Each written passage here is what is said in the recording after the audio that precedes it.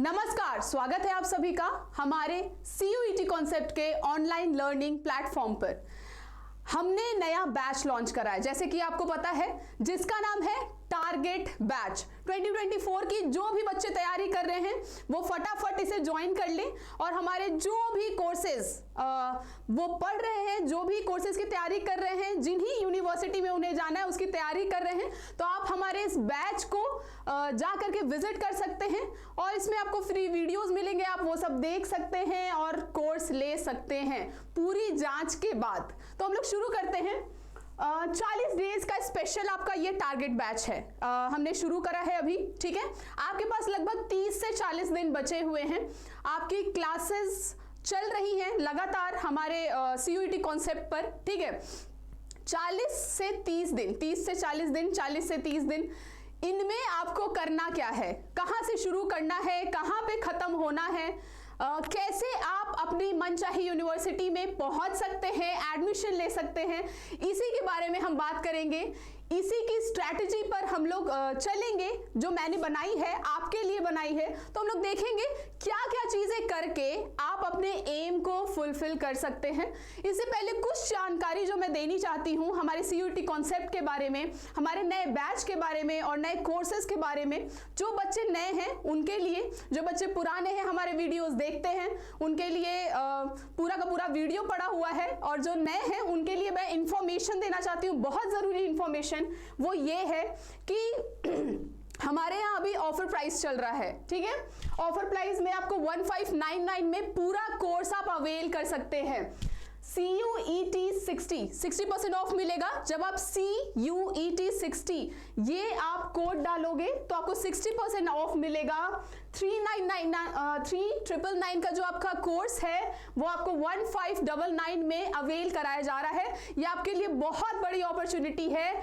जो भी बच्चे तैयारी कर रहे हैं वो आकर फटाफट इसका आनंद उठा सकते हैं। हमारा जो CUET कॉन्सेप्ट का जो ऐप है उस पर आपको बहुत सारी चीजें मिलती हैं, बहुत सारी चीजें दी जाती हैं। क्या है उनमें से आपको लाइव क्लासेस दी जाती हैं, क्लास के नोट्स मिलते हैं PDF के फॉर्म में, डाउट सेशन होता है, रेगुलरली होता है, टेस्ट सीरीज मिलता है और प्रॉपर गाइडेंस दिया जाता है। प्रॉपर गाइडेंस जो कि बहुत जरूरी है आज के टाइम में। कुछ बच्चों के लिए, जो बच्चे अभी भी थोड़ा कंफ्यूज होते हैं कि ये सब्जेक्ट मैंने लिया था मैम, मुझे इसे चेंज करना है, क्या ये सही होगा, ये अब का जो टाइम है ये आपका बहुत प्रेशियस टाइम है, ठीक है। इसमें आप सब्जेक्ट चेंज और ये सारी चीजें छोड़ करके किन्हीं एक चीजों पर फोकस करिए और आगे बढ़िए। किसी भी सब्जेक्ट जो भी आप पढ़ रहे हो आप उसे पढ़ो, और यहाँ पर आपको प्रॉपर पूरे वीडियोस मिल जाते हैं टॉपिक वाइज, है ना। आप उसे अवेल करो, देखो, सीखो, नॉलेज जहां से मिले आपको वहां से लेना चाहिए, ठीक है। आगे चलते हैं। आपको यहाँ पर कोर्सेज मिलते हैं। MA हिंदी का कोर्स मिलता है, MA ज्योग्राफी का कोर्स मिलता है। मैं आपकी ज्योग्राफी की मेंटर हूँ, मिनी मैम, मैं ही ज्योग्राफी की तैयारी करवाती हूँ और मैं ज्योग्राफी के लिए ही कुछ स्ट्रैटेजीज लेकर के आई हूँ, ठीक है। तो वो हम देखेंगे। आगे कोर्सेज देखते हैं क्या है।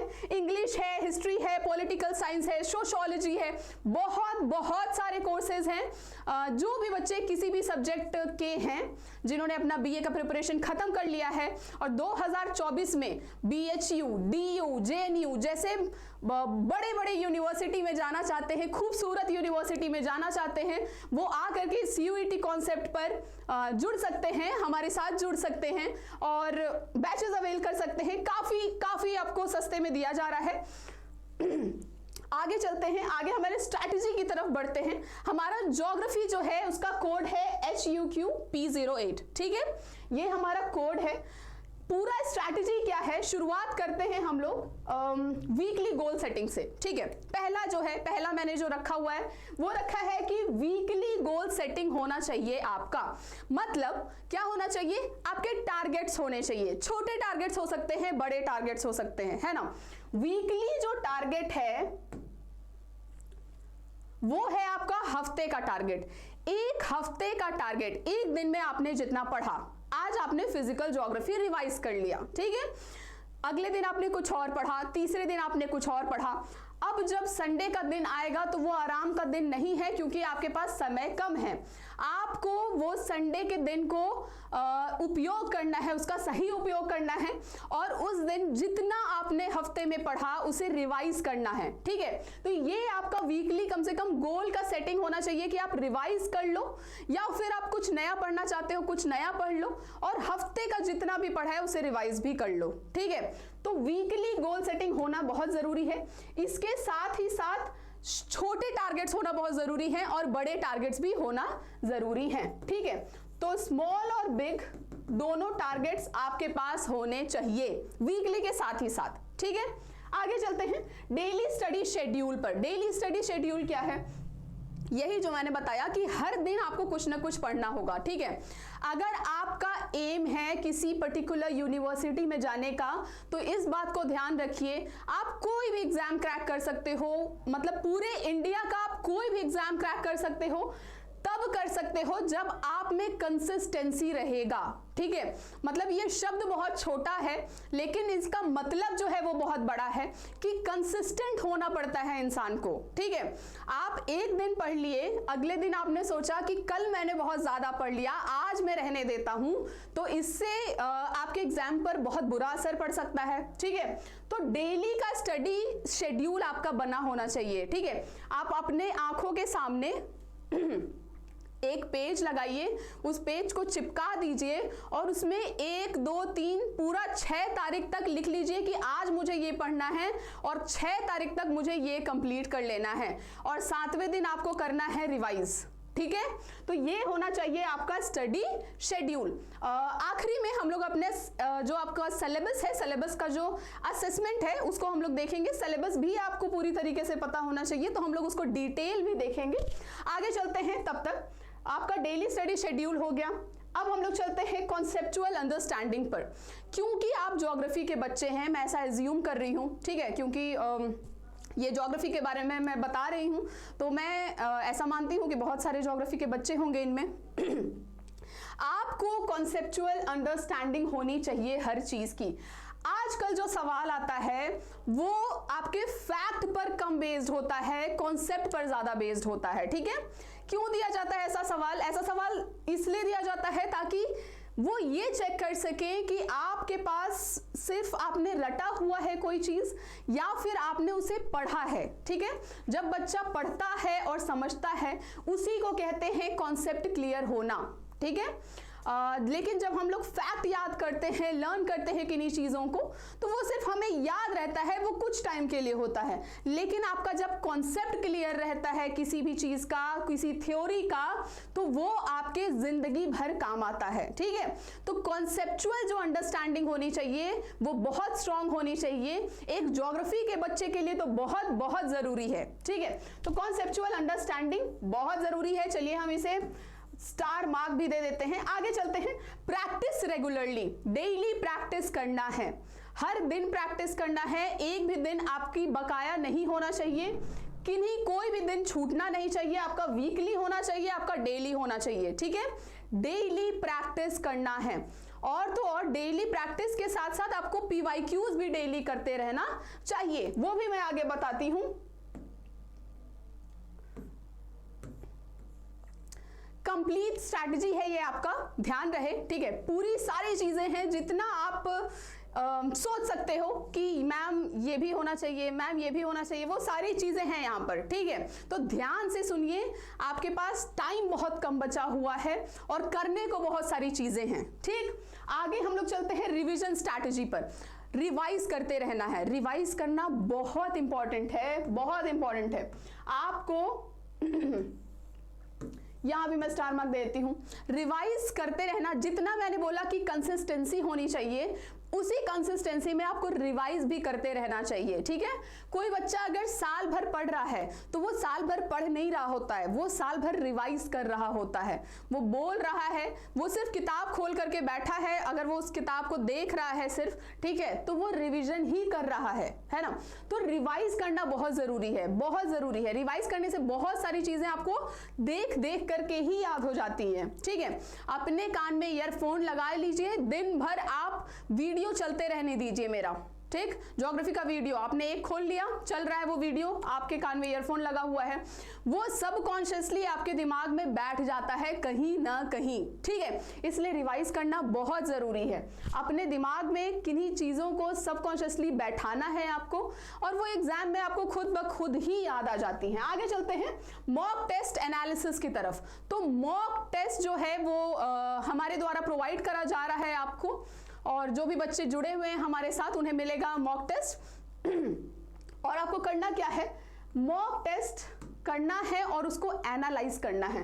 इस पूरे लाइन में मॉक टेस्ट एनालिसिस में एनालिसिस जो शब्द है ये बहुत ज्यादा इंपॉर्टेंट हो जाता है। क्यों हो जाता है कि बच्चे मॉक टेस्ट लगाते हैं, ठीक है, उन्होंने टेस्ट दिया, लगाया, लेकिन उसका एनालिसिस नहीं करते हैं, एनालिसिस नहीं कर पाते हैं कह लीजिए, या नहीं करते हैं, या भूल जाते हैं, या छोड़ देते हैं, ठीक है। तो ये बहुत जरूरी है, एनालिसिस बहुत जरूरी है। क्यों जरूरी है, क्योंकि जब भी आप मॉक टेस्ट कर रहे हो, कोई भी क्वेश्चंस कर रहे हो, ठीक है, आपने क्वेश्चन 1 सही करा, क्वेश्चन 2 गलत करा, क्वेश्चन 3 सही करा, क्वेश्चन 2 अगर वो गलत करा तो वो गलत क्यों है यही जानना है आपको, ठीक है। आपने उस वक्त ऐसा क्या सोचा कि वो क्वेश्चन 2 गलत है, आपको सोच किस तरह से बदलना है ये आपको एनालिसिस करके ही पता चलेगा, ठीक है। इस वजह से मॉक टेस्ट एनालिसिस बहुत जरूरी हो जाता है। आगे है PYQs एटलीस्ट 2 इयर्स। तो PYQs आपको सॉल्व करने हैं लगभग कम से कम 2 साल के, 2 साल से आपका NTA कंडक्ट करवा रहा है आपका एग्जाम, तो 2 साल मैंने बता दिया है। तो 2 साल के आपको PYQs अपने सामने लेने हैं और उसे कंप्लीट करना है, करते जाना है और उसका एनालिसिस करना है, ठीक है। 2-3 चीजें हैं, बहुत इंपॉर्टेंट है, आपका रिवीजन बहुत इंपॉर्टेंट है, एनालिसिस बहुत इंपॉर्टेंट हो जाता है। जब आप PYQ सॉल्व करो उसके बाद भी एनालिसिस करो, ठीक है। तो PYQs आपको CUET कॉन्सेप्ट पर मिल जाएंगे, मेरे वीडियोस हैं पुराने PYQs के, आप उसे भी देख सकते हो। पुराने जो भी 2 साल के जितने क्वेश्चंस आए हैं ज्योग्राफी के, हम लोगों ने मिल करके सॉल्व करे हैं, तो आप उसे भी जाकर देख सकते हैं। एक बार पहले सॉल्व करिए, फिर वीडियो देखिए कि उसका एक्सप्लेनेशन क्या है या फिर क्यों है अगर वो है तो, ठीक है। That is called analysis. आगे चलते हैं टाइम मैनेजमेंट की तरफ। तो मैनेजमेंट, टाइम मैनेजमेंट में फिर से मैं एक बात बोलती हूं कि मैनेजमेंट जो शब्द है वो बहुत इंपॉर्टेंट हो जाता है, ठीक है। अभी आपके पास मैनेज करने का टाइम नहीं है, यहां पर है टाइम मैनेजमेंट, पर मैनेज करने का टाइम बचा नहीं है, क्योंकि जो भी टाइम बचा है आप सिर्फ अपने पढ़ाई को दीजिए, ठीक है। ये टाइम मैनेजमेंट मैं तब बोल सकती थी जब कुछ महीने बचे होते, 4, 5, 6 महीना है, 1 साल है, तो आप टाइम मैनेज कर रहे हो, आप स्कूल जा रहे हो, आप अपने कॉलेज जा रहे हो और वहां से आ रहे हो, आप टाइम निकाल करके थोड़ा सा एक चैप्टर कंप्लीट कर रहे हो काफी मेहनत से, that is called time management. पर आपको अभी 30 से 40 दिन है सिर्फ, इसमें आपको टाइम मैनेजमेंट नहीं करना है, सारा का सारा टाइम आपको सिर्फ और सिर्फ अपने पढ़ाई को देना है। आगे चलते हैं स्टे हेल्दी पर। तो टाइम को मैनेज करते करते या कह सकते हैं पढ़ाई करते करते आपको अपने हेल्थ के बारे में भूलना नहीं है, ठीक है। Healthy mind resides in healthy body, ये आपको पता होगा, ये आपने कोट छोटे से पढ़ा होगा, तो इसे समझिए कि जो आपका हेल्दी बॉडी है उसी में आपका हेल्दी माइंड रह सकता है। खाना पीना अगर आप समय से नहीं खाएंगे तो काम नहीं हो पाएगा, इतना सारा एनालिसिस नहीं हो पाएगा, रिवीजन नहीं हो पाएगा, ठीक है। आगे चलते हैं स्टे मोटिवेटेड पर। तो मोटिवेटेड रहना बहुत जरूरी है, जीवन में बहुत जरूरी है, और अब तो आपके एग्जाम आ रहे हैं तो डीमोटिवेट होने का कोई कारण नहीं छोड़िए। आप डीमोटिवेट कब होंगे, जब आप खुद से बैठे हुए होंगे और फोन चला रहे होंगे, तो आपको डीमोटिवेशन फील होगा कि यार इतना टाइम वेस्ट हो गया, आज मैंने कुछ पढ़ा नहीं, तो क्यों खुद को डीमोटिवेट करना। मोटिवेट रखिए, पढ़ते रहिए, आपको खुद में ही अच्छा लगेगा, ठीक है। इनर मोटिवेशन बहुत जरूरी होता है। बाहर से कोई अगर आपको मोटिवेट कर रहा है वो कुछ समय का मोटिवेशन होता है। आपने ओझा सर के वीडियोस देख लिए और ये वीडियो देखा आपने, मैंने स्ट्रैटेजी बता दिया, आप बहुत मोटिवेट हो गए, ठीक है। लेकिन ये जो टाइम होता है ये कुछ टाइम का मोटिवेशन होता है। जो इनर मोटिवेशन होता है कि आपको इस यूनिवर्सिटी में जाना ही जाना है, वो आपके बहुत समय तक रह सकता है, ठीक है, आपके जीवन में आज, कल और हमेशा, ठीक है। आगे चलते हैं। आगे हम लोग चल रहे हैं हमारे असेसमेंट ऑफ सिलेबस पर। ठीक, ये हमारा आखिरी टॉपिक है कि सिलेबस का असेसमेंट करना बहुत जरूरी है। आपको पता होना चाहिए कि आपके सिलेबस में है क्या। ठीक है, अब तक आपको पता होगा कि आपके सिलेबस में क्या है। अब उसको आप क्वेश्चन सॉल्व करके एनालाइज भी कर रहे होंगे, तो सिलेबस में क्या है पर्टिकुलरली इसका आपको अंदाजा होना चाहिए, एक ओवरव्यू होना चाहिए।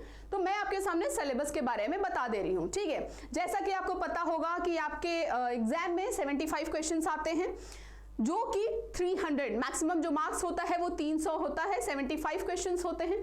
अगर आपने एक सवाल गलत करा -1 हो जाएगा। ठीक है, नेगेटिव मार्किंग है। अगर आपने एक सवाल सही करा +4 मिलेंगे। ठीक है, तो 300 मार्क्स का आपका पूरा पेपर होता है। यहां पर है आपका सिलेबस। हमारा जो ज्योग्राफी का सिलेबस है ये 3 पार्ट्स में बटा हुआ है। पार्ट ए है, पार्ट बी है, पार्ट सी है। क्या है पार्ट ए? पार्ट ए आपका फिजिकल ज्योग्राफी है। ओके, पार्ट बी जो है आपका ह्यूमन ज्योग्राफी है, and the third one is part C जो कि ज्योग्राफिकल टेक्निक्स है। पार्ट ए फिजिकल ज्योग्राफी में क्या क्या चीजें इंक्लूड होती हैं वो हम लोग देखते हैं। यहां है आपका पार्ट ए। पार्ट ए में भी कुछ कुछ सेक्शंस बटे हुए हैं। ये सिर्फ पार्ट था, पार्ट में भी आपको सेक्शंस मिलेंगे। ठीक है, तो उन्हीं सेक्शंस के बारे में हम लोग ओवरव्यू ले लेते हैं, एक बस देख लेते हैं ऊपर से कि क्या क्या चीजें हैं, क्या क्या चीजें इंक्लूड करा है इन्होंने। बाकी आपको पता ही है, जो बच्चे मेरा वीडियोस देखे हैं उन्हें पता ही है। हमारा सिलेबस भी पूरा कंप्लीट हो चुका है। कुछ चीजें हैं जो 1-2 चीजें, छोटी छोटी चीजें वो बाकी हैं, जिन्हें मुझे लगता है कि 1 से 2 दिन में कंप्लीट कराया जाएगा। बाकी सारी चीजें कंप्लीट हो गई हैं। अब आपको मॉक टेस्ट प्रोवाइड करने का टाइम है। हमें भी पता है कि आपके पास समय कम है, आपको भी पता है कि आपके पास समय कम है। ठीक है, इस वजह से आप आइए CUET कॉन्सेप्ट पर जुड़िए हमारे साथ, और पूरा वीडियोस आप चाहें तो देख सकते हैं। 1 वीडियोस नहीं, 2 नहीं, 3-4 वीडियोस आप देख सकते हैं। देखिए, दिन भर देखिए, कान में ईयरफोन लगा लीजिए, सिर्फ रील्स नहीं वीडियोस भी देखिए। तो पार्ट ए फिजिकल ज्योग्राफी में आपको सेक्शन मिलता है। Section 1 is geomorphology. ठीक है, जियोमॉर्फोलॉजी में क्या आता है? सबसे पहले solar system and the earth, endogenic process आता है, एक्सोजेनिक प्रोसेस आता है। ये सब हमने पढ़ लिया है। ठीक है, सोलर सिस्टम अर्थ के बारे में देखा है, थ्योरीज वगैरह हमने इसमें बहुत सारी देखी हैं। इंडोजेनिक प्रोसेस क्या होता है? अर्थ के अंदर से जो प्रोसेसेस हो रही हैं। ठीक है, अर्थ के अंदर जो भी चीजें हो रही हैं, जो भी खलबली मच रही है, ये सारी चीजें एंडोजेनिक प्रोसेस में आती हैं। और इसी का उल्टा है एक्सो कहीं भी लगता है, इसका मतलब बाहर। ठीक है, तो एक्सोजेनिक प्रोसेस जो अर्थ के ऊपर, हमारे ग्लोब के ऊपर जो भी प्रोसेसेस हो रहे हैं, ठीक है, ये सारा एक्सोजेनिक प्रोसेसेस में आता है। ठीक है, आपका वेदरिंग है, इरोजन है, डेन्यूडेशन से लेकर ये सारी चीजें आपके एक्सोजेनिक प्रोसेसेस में आ जाती हैं। आगे चलते हैं। सेक्शन 2 जो आपका है वो क्लाइमेटोलॉजी है। टर्म पढ़ के ही समझ आ रहा है कि इसमें क्लाइमेट के बारे में बताया गया है ना? क्या बताया गया है? Elements of weather and climate, weather और क्लाइमेट के एलिमेंट्स के बारे में आपको पढ़ना है। एटमॉस्फेरिक प्रेशर के बारे में आपको पढ़ना है। एक और चीज जो मैं आपको बता दूं,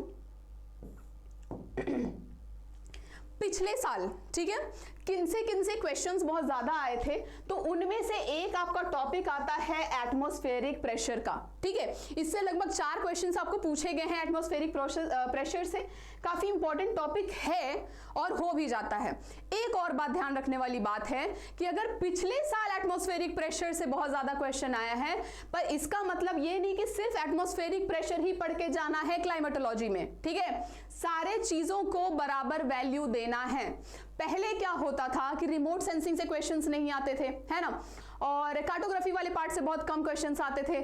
आजकल कार्टोग्राफी वाले पार्ट से रिमोट सेंसिंग वाला जो पार्ट है उससे बहुत क्वेश्चंस आए हैं। मैंने अपनी क्लास में बच्चों को रिमोट सेंसिंग जो है इतने डीप में, इतने बेहतरीन तरीके से पढ़ाया है, आप जा करके आप भी पढ़ सकते हो, आप भी अवेल कर सकते हो, है ना।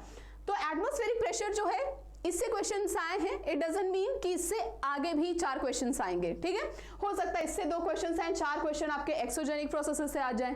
ठीक है, ये बात थोड़ा ध्यान रखना है, बट स्टिल मैं आपको बता देती हूं कि पिछले साल क्वेश्चंस किससे आए हैं, ज्यादा क्वेश्चंस किससे आए हैं। अब है आपका atmosphere moisture.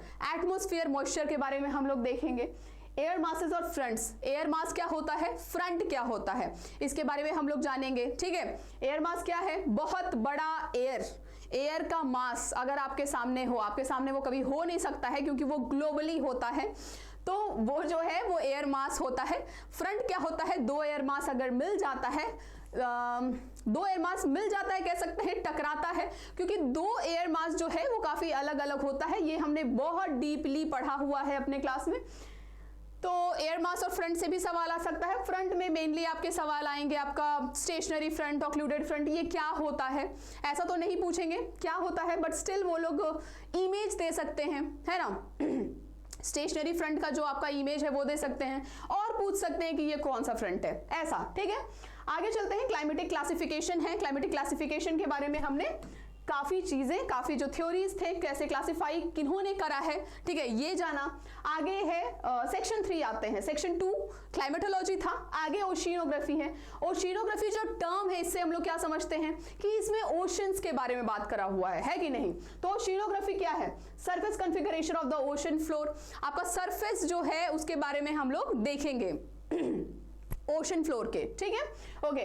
Distribution of temperature and salinity of the ocean seas, कैसे टेम्परेचर और जो सैलिनिटी है, ठीक है, वो हमारे ओशन में बटा हुआ है। ठीक है, हॉरिजॉन्टली देखें, वर्टिकली, कभी भी कोई डिस्ट्रीब्यूशन आता है आपके सामने, जैसे यहां पर डिस्ट्रीब्यूशन दिया हुआ है, तो ये ध्यान रखिएगा कि डिस्ट्रीब्यूशन खुद ब खुद ही इंपॉर्टेंट हो जाता है। ठीक है, जब भी डिस्ट्रीब्यूशन शब्द आपको मिले तो समझ जाइए कि वो जो पूरा का पूरा टॉपिक है वो खुद ब खुद ही इंपॉर्टेंट हो गया है। ठीक है, रिसोर्सेज में आपको बहुत सारे डिस्ट्रीब्यूशन मिलेंगे, तो ये खुद ब खुद ही इंपॉर्टेंट हो जाता है। क्यों हो जाता है, क्योंकि इससे फिर आपको एग्जाम्पल्स के क्वेश्चन आने लगते हैं कि ये चीज कैसे डिस्ट्रीब्यूटेड है वहां पर। ठीक है, टेम्परेचर और सैलिनिटी बहुत अच्छा कॉन्सेप्ट है, बहुत खूबसूरत कॉन्सेप्ट है, और ये जुड़ा हुआ है, इसमें भी आपको डिस्ट्रीब्यूशन से सवाल आ सकता है। रिसोर्सेज अगर कहीं पर डिस्ट्रीब्यूटेड है तो वहां पर क्यों है पर्टिकुलरली, ठीक है, इससे सवाल आ सकता है। अगर कोई रिसोर्स वहां पर है,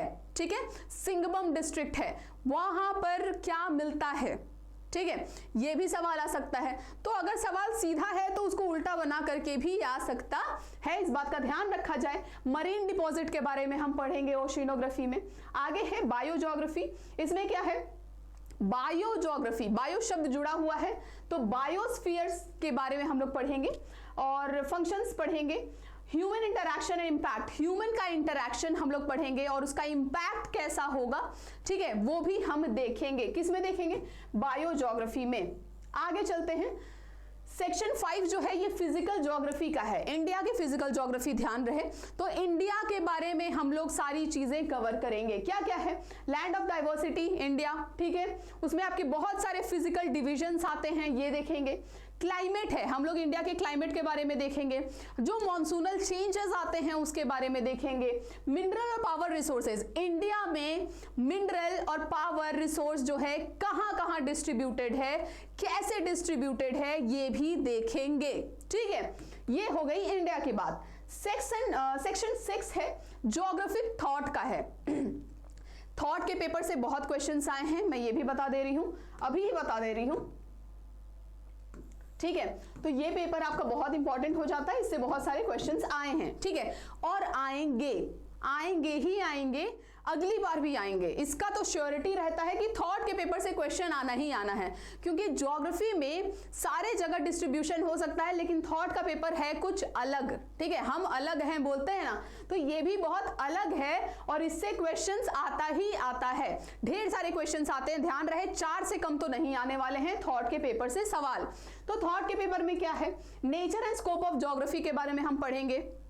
ये फिर भी इतना इंपॉर्टेंट नहीं है, बट स्टिल अगर आप पढ़ रहे हो तो जानना जरूरी है कि ज्योग्राफी का स्कोप क्या है, उसका नेचर कैसा है। ठीक है, contributions of Greek, Roman, Arab, Chinese and Indian scholars, ये आता है आपका इंपॉर्टेंट टॉपिक। यहां भी मैं डाल देती हूँ स्टार मार्क कि ग्रीक का, रोमन का, अरब का, चाइनीज का और इंडियन स्कॉलर्स का क्या कंट्रीब्यूशन है, इसके बारे में हमें बात करना होगा। ठीक है, और इससे बहुत सवाल आते हैं, इससे सवाल आते हैं, इनके वर्क्स से सवाल आते हैं, इनके काम से सवाल आते हैं कि इन्होंने क्या, अगर किसी ने ये काम करा है तो वो किसका काम है। ठीक है, एलियाड दिया हुआ है तो वो किसकी राइटिंग है, ठीक है। तो थ्योरी के बारे में, राइटिंग्स के बारे में सवाल आते हैं आपके ये कंट्रीब्यूशन वाले पार्ट से, ठीक है। आगे चलते हैं डुअलिज्म इन ज्योग्राफिक स्टडीज। तो डुअलिज्म की बात करता है physical versus human, regional versus systematic, qualitative versus quantitative, idiographic versus nomothetic. ये भी हमने कवर कर लिया है। डुअलिज्म इन ज्योग्राफी ये बात करता है दो अलग अलग कॉन्सेप्ट्स की, ठीक है। तो यही कॉन्सेप्ट्स हैं सारे। इसमें आपको मोस्टली मुझे लगता है कि स्टेटमेंट वाले सवाल ही दे सकते हैं, क्योंकि इसमें कुछ फैक्ट जैसा कुछ नहीं है। फैक्ट जैसा जो है वो कंट्रीब्यूशंस में है, इसमें फैक्ट जैसा कुछ नहीं है, तो ये स्टेटमेंट में सवाल दे सकते हैं। तो ये बात थोड़ा ध्यान रखिएगा। आगे चलते हैं। सेक्शन 7 है पॉपुलेशन ज्योग्राफी का। पॉपुलेशन ज्योग्राफी आप बैचलर्स के फर्स्ट ईयर से पढ़ते आ रहे होंगे। इसमें क्या है, डिवीजन ऑफ मैनकाइंड है, distribution and density of population है, कैसे डिस्ट्रीब्यूटेड है, माइग्रेशन के बारे में है, इलेक्टोरल ज्योग्राफी के बारे में है, ठीक है। तो ये सारी चीजें आपके पॉपुलेशन में कवर कराई जा रही हैं, कवर कराई जा चुकी हैं हमारे क्लासेस में, कवर कराई जाएंगी। जब मैं PYQs वगैरह कराऊंगी तो इसमें से भी कुछ क्वेश्चंस आपको जरूर करवाऊंगी, बहुत करवाऊंगी एक्चुअली। चलिए आगे चलते हैं ज्योग्राफी ऑफ रिसोर्सेज पर। ये है आपका सेक्शन 8, रिसोर्सेज के बारे में जानना है ना। अभी मैंने बोला कि डिस्ट्रीब्यूशन वाला जो पार्ट होता है वो होता है बहुत इंपॉर्टेंट। तो nature and component of resources, nature कैसा है, कंपोनेंट्स क्या क्या है रिसोर्सेज के, वाटर, फॉरेस्ट और सॉइल रिसोर्स। वाटर रिसोर्स है, फॉरेस्ट रिसोर्स है, सॉइल रिसोर्स है, ठीक है। ये बात ध्यान रहे कि आपके आसपास आप जिस जमीन पर खड़े हैं या आप घर में हैं, तो वो घर जिस चीज से बना है वो सारी चीजें रिसोर्स के अंदर ही आती हैं। कहीं ना कहीं आपके हाथ में जो पेन है वो भी एक रिसोर्स से ही बना हुआ है, तो आप उसका यूटिलाइज कर रहे हो, क्योंकि कलम को बोला जाता है बहुत खतरनाक हथियार है, ठीक है। तो आप उसका यूटिलाइज कर रहे हो कि क्या कर रहे हो आप उस कलम से, है ना। आप चेंज ला पा रहे हो कि नहीं ला पा रहे हो, ये आप पे डिपेंड करता है। तो रिसोर्सेज को मैं कहती हूं कि यूटिलाइज ही करना चाहिए, बेकार न करें, ठीक है। बर्बाद न करें, बेकार थोड़ा अलग हो जाएगा, बर्बाद न करें ये कह सकते हैं। तो ये जो टॉपिक है आप इसमें भी यही पढ़ोगे, है ना। एक्सप्लॉयटेशन ऑफ नेचुरल रिसोर्स, ये टॉपिक ही यही है कि बर्बाद नहीं करिए, कम से कम उसको यूज करिए, रिसाइकिल करिए, ठीक है। इकोनॉमिक ज्योग्राफी पर आते हैं। तो इकोनॉमिक ज्योग्राफी में क्या है, सेक्टर्स ऑफ इकोनॉमिक ज्योग्राफी है आपका, प्राइमरी सेक्टर है, सेकेंडरी है, टर्शरी है, क्वाटर्नरी है, क्वीनरी है, ठीक है। इतने सारे सेक्टर्स हैं। एग्रीकल्चर है, एग्रीकल्चर के बारे में हम देखेंगे। माइनिंग इकोनॉमी है, fuel and power resources of the world. फिर यहाँ डिस्ट्रीब्यूशन आएगा तो फिर ये इंपॉर्टेंट हो जाता है, ठीक है, कि फ्यूल और पावर जो है कैसे डिस्ट्रीब्यूटेड है वर्ल्ड में। हमने इंडिया का देख लिया, जो डिस्ट्रीब्यूशन था पहले, फिजिकल ज्योग्राफी था इंडिया का, वहां पर हमने देख लिया पूरा इंडिया का रिलीफ से लेकर, टोपोग्राफी से लेकर, मिनरल रिसोर्स तक सारी चीजें वहां कवर हो गई हैं। अब हम लोग यहाँ वर्ल्ड की तरफ रुख कर रहे हैं। तो फ्यूल और पावर रिसोर्सेज वर्ल्ड के, ठीक है। और क्या है, fuel and power resources of the world, repeated है। मैन्युफैक्चरिंग इंडस्ट्रीज के बारे में देखेंगे, और लोकेशन कैसे एक इंडस्ट्री को जरूरी है कह सकते हैं, लोकेशन किसी इंडस्ट्री के लिए कितना जरूरी है, इसके ऊपर भी बहुत सारे थ्योरीज हैं, वो हम लोग कवर करेंगे, ठीक है। Nature and trends in the international trade, और नेचर देखेंगे, ट्रेंड्स देखेंगे इंटरनेशनल ट्रेड में, ट्रांसपोर्ट के बारे में देखेंगे। ये सारी चीजें मैंने अपने क्लास में कवर करवा दी हैं, ठीक है। इकोनॉमिक ज्योग्राफी ये सारी चीजें कवर हो गई हैं। आगे चलते हैं। Section 10 human geography of India. Human geography में क्या है, कल्चरल लैंडस्केप के बारे में पढ़ना है, एग्रीकल्चर के बारे में पढ़ना है, इंडस्ट्रियल डेवलपमेंट के बारे में पढ़ना है, ट्रांसपोर्ट नेटवर्क, रेलवेज हैं, रोडवेज हैं, वाटरवेज हैं, ये जो ट्रांसपोर्ट नेटवर्क है कहाँ कहाँ फैला हुआ है, कैसे फैला हुआ है, इंपॉर्टेंट कौन से हैं, है ना। आपके बहुत सारे आते हैं, ट्रांस कॉन्टिनेंटल आते हैं, तो बहुत सारे इंपॉर्टेंट नेटवर्क्स हैं वर्ल्ड के कह सकते हैं, तो उनके बारे में हमें जानना है। इसमें रीजनल डेवलपमेंट प्लानिंग के बारे में जानना है। ये इतना इंपॉर्टेंट टॉपिक नहीं है, इसलिए मैं इसे स्टार मार्क नहीं दे रही हूँ, ठीक है। जो बहुत इंपॉर्टेंट टॉपिक है उसे ही स्टार मार्क दे रही हूँ, आप देखते जाइए। आगे चलते हैं, आगे बढ़ते हैं। सेक्शन 11 है आपका कार्टोग्राफी, पार्ट सी हम लोग पहुंच गए हैं। ये है आपका पार्ट बी ह्यूमन ज्योग्राफी, ठीक है। पार्ट बी ह्यूमन ज्योग्राफी, ये भी आपका पार्ट बी ह्यूमन ज्योग्राफी है। यहाँ जो फिजिकल ज्योग्राफी ऑफ इंडिया है, यहाँ पर आपका फिजिकल ज्योग्राफी खत्म हो जाता है। ह्यूमन ज्योग्राफी में ह्यूमंस के बारे में मोस्टली आपको देखने को मिलेगा, ठीक है। कि यहाँ से पॉपुलेशन आपका ह्यूमन ज्योग्राफी के अंदर ही आएगा, रिसोर्सेज कहाँ पर क्या है, इकोनॉमिक ज्योग्राफी, ठीक है, ह्यूमन ज्योग्राफी ऑफ इंडिया के ह्यूमन ज्योग्राफी, तो ये आपका ह्यूमन ज्योग्राफी है। अब हम लोग टेक्निक्स, ज्योग्राफिकल जो टेक्निक्स है, यहाँ से सवाल इतना ज्यादा आता नहीं था, है ना, पर अब आता है क्योंकि बहुत सारे बच्चे क्या करते हैं, इसे छोड़ देते हैं। तो यहाँ से आजकल बहुत सवाल आता है, क्या क्या चीजें इसमें कवर करना है आपको। कार्टोग्राफी वाला पार्ट है, इसमें मैप वैप से रिलेटेड आपको बहुत सारी चीजें पढ़नी होंगी। तो एलिमेंट्स ऑफ मैप साइंस, सबसे पहला टॉपिक ही मैप का है, तो एलिमेंट्स पढ़ना है मैप साइंस के। क्या क्या एलिमेंट्स होंगे, general principle and classification of projection, projection का प्रिंसिपल्स आपको जानना है, क्लासिफिकेशन जानना है, ठीक है। आपके एग्जाम में प्रोजेक्शन बनाने के लिए नहीं देगा कि एजीमुथल प्रोजेक्शन क्या होता है, उसको बना करके दिखाओ, कॉनिकल प्रोजेक्शन क्या होता है, पॉलीकॉनिक क्या होता है, कोई ऐसा सवाल नहीं आएगा। वो ये पूछेगा कि अगर पॉलीकॉनिक है या कॉनिकल प्रोजेक्शन है तो वो कहां पर डिस्टॉर्ट होता है, या फिर कैसे कैसे एक्सटेंड करके उसको बनाया जा सकता है, किस एक्सटेंशन में वो ज्यादा काम करेगा। It can be east to west, it can be north to south, ठीक है। तो कैसे काम करेगा, उसका डीमेरिट क्या होगा, या ये दे सकता है कि 4 पॉइंट्स दिए हुए हैं, इनमें से कौन सा डीमेरिट नहीं है कॉनिकल प्रोजेक्शन का, ठीक है। तो ये सारी चीजें, इससे ऐसा सवाल आने वाला है, क्योंकि बनाने के लिए तो आपने बना लिया होगा आपने अपने प्रैक्टिकल में, है कि नहीं, बैचलर्स के, तो उससे सवाल तो नहीं आएगा। मेरिट डिमेरिट ध्यान रखिए, और मेनली जो आपका मेन प्रिंसिपल है उसे ध्यान रखिए। Method of showing relief, relief के शो करने के कोई कोई मेथड है आपका, शेडिंग, कंटोर्स, हार्शर होता है, ये रिलीफ को दिखाता है, ठीक है। तो ये आपको जानना है। Method and instruments for collection of weather data, weather data collect करने के कुछ इंस्ट्रूमेंट्स होते हैं, उनके बारे में आपको जानना है। सर्वेइंग टेक्निक्स, ये आपका नेक्स्ट सेक्शन है। Basic principle of surveying, surveying का बेसिक प्रिंसिपल्स के बारे में आपको पढ़ना है।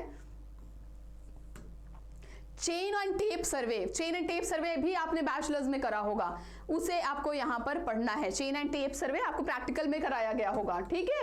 जो बच्चे ज्योग्राफी के हैं वो रिलेट कर पा रहे होंगे। आगे चलते हैं।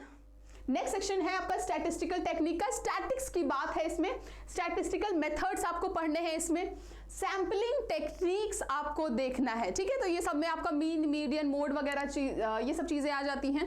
कुछ काई स्क्वायर टेस्ट वगैरह, ये सारा टेस्ट है जो आता है, ठीक है। तो ये आपका स्टैटिस्टिकल टेक्निक वाला पार्ट है, ठीक है। इससे भी सवाल आते हैं, और इससे सवाल आपको 1 या 2 आ जाएगा, सॉल्व करने के लिए आ सकता है ना। बाकी इसमें कोई ऐसा सवाल बनने का नहीं है। मीन, मीडियन, मोड आप बहुत पहले से करते आ रहे हो, आप जानते हो, तो आपका जो टेस्ट वगैरह है उससे सवाल आ सकता है, 1 या 2 सवाल, 2 मैक्सिमम है इस पार्ट से, ठीक है। फिर है आपका रिमोट सेंसिंग और जीआईएस का पार्ट आता है, बहुत इंपॉर्टेंट पार्ट है, इससे आजकल सवाल बहुत आ रहा है।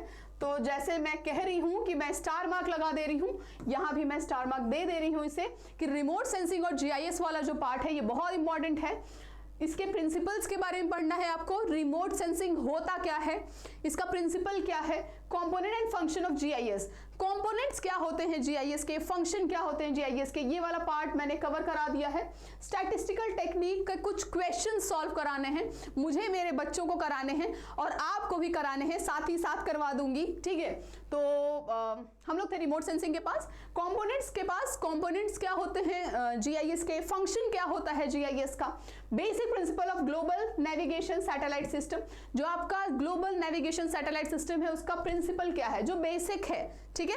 बेसिक प्रिंसिपल आपको नॉर्मल जानना है, इससे कुछ सवाल नहीं आएगा, सवाल आपका यहां और यहां से बनता है, ठीक है। यहां पर खत्म होता है आपका रिमोट सेंसिंग और खत्म होता है आपका सिलेबस। तो ध्यान रहे कि आपके पूरे सिलेबस में सारे जगह से सवाल आता है, ठीक है। कोई एक पर्टिकुलर जगह नहीं है जहां से 11 सवाल आ जाएगा और बाकी सबसे एक एक सवाल आएगा। आजकल आज के टाइम में सारी चीजों को इक्वल इंपॉर्टेंस देते हैं, क्योंकि उन्हें पता चल गया है कि बच्चे इंपॉर्टेंट जो पार्ट्स हैं उसे पढ़ लेते हैं और बाकी चीजें छोड़ देते हैं, ठीक है। तो सारी जगह से वो सवाल देते हैं, इस बात को ध्यान में रखकर पढ़ना है। ये मैं बार बार इसलिए बता रही हूं क्योंकि जब भी आप अपना टारगेट्स बनाओ, वीकली टारगेट बनाओ, डेली टारगेट बनाओ, तो सारी चीज को इक्वल इंपॉर्टेंस दो, ठीक है। पीवाईक्यू सॉल्व करो, बहुत इंपॉर्टेंट है। एक टॉपिक से कम 200 सवाल तो सॉल्व करो, ठीक है। कम से कम 200 क्वेश्चंस आपको सॉल्व करने ही पड़ेंगे। अगर आपने सारे टॉपिक से 200 सवाल लगभग कम से कम सॉल्व करा है तो बहुत बहुत अच्छी बात है। आगे मैं YouTube पर आपके लिए PYQs के सेशंस लेकर के आऊंगी, है ना, और ढेर सारे PYQs हम लोग सॉल्व करेंगे और अपने बच्चों को भी कराऊंगी, आपको भी कराऊंगी, साथ ही साथ कराऊंगी। आगे ये है कि अगर आप सच में सीरियसली बहुत मेहनत से अगर आप तैयारी कर रहे हो तो यहाँ पर हम लोग डेली दिन रात सुबह से शाम खड़े रहते हैं, आपके लिए खड़े रहते हैं। आप चाहें तो CUET कॉन्सेप्ट को ज्वाइन कर सकते हैं, हमारे साथ आप जुड़ सकते हैं, हमारे ऐप पर जुड़ सकते हैं। सारी वीडियोस आपको मिल जाएंगी, सारे क्वेरीज सॉल्व हो जाएंगे। अगर आपके पास कोई भी क्वेरी है उसके लिए बहुत जल्दी एक्शन लिया जाता है, ठीक है। कोई भी सवाल है, कोई भी दिक्कत है तो हम लोग आपके साथ हैं। कोई भी दिक्कत हो आप तुरंत कॉल कर सकते हो। हमारा नंबर दिया हुआ होगा शायद यहाँ 9651222407, ये हमारा नंबर है।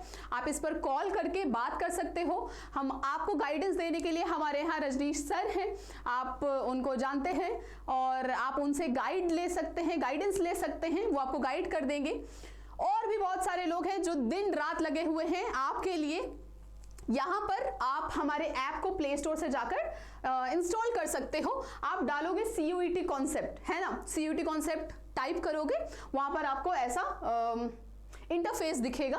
फिर इसके आगे का प्रोसेस है ये, जैसे जैसे आप ले सकते हो इसको कोर्स को, ठीक है। तो आप जैसे जैसे आगे बढ़ोगे तो आपको ये इंटरफेसेस दिखेंगे, आप जाकर के ले सकते हो आसानी से। कोई दिक्कत परेशानी की बात हो तुरंत इस नंबर पर कॉल कर लीजिए कि सर यहाँ पर दिक्कत आ रही है, तो सर आपके लिए आपकी खिदमत में खड़े हैं और हम आपकी खिदमत में खड़े हैं। ज्योग्राफी के बच्चे जो भी तैयारी कर रहे हैं और वो मेरे वीडियोस को देख सकते हैं।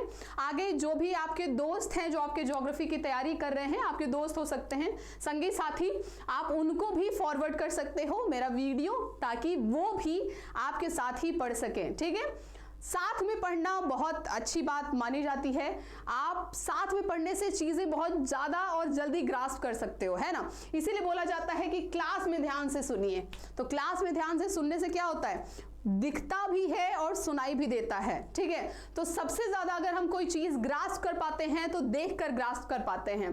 तो आप देख भी रहे हो, सुन भी रहे हो, इसीलिए मैं कह रही हूं कि आप मेरे वीडियोस जरूर देखिएगा, ठीक है। तो इसी के साथ मैं चलती हूं और अगले वीडियो में आपको दिखाई दूंगी, आपके PYQs करवाते हुए दिखाई दूंगी। तब तक के लिए आप सभी का धन्यवाद और ऐसे ही जुड़े रहें।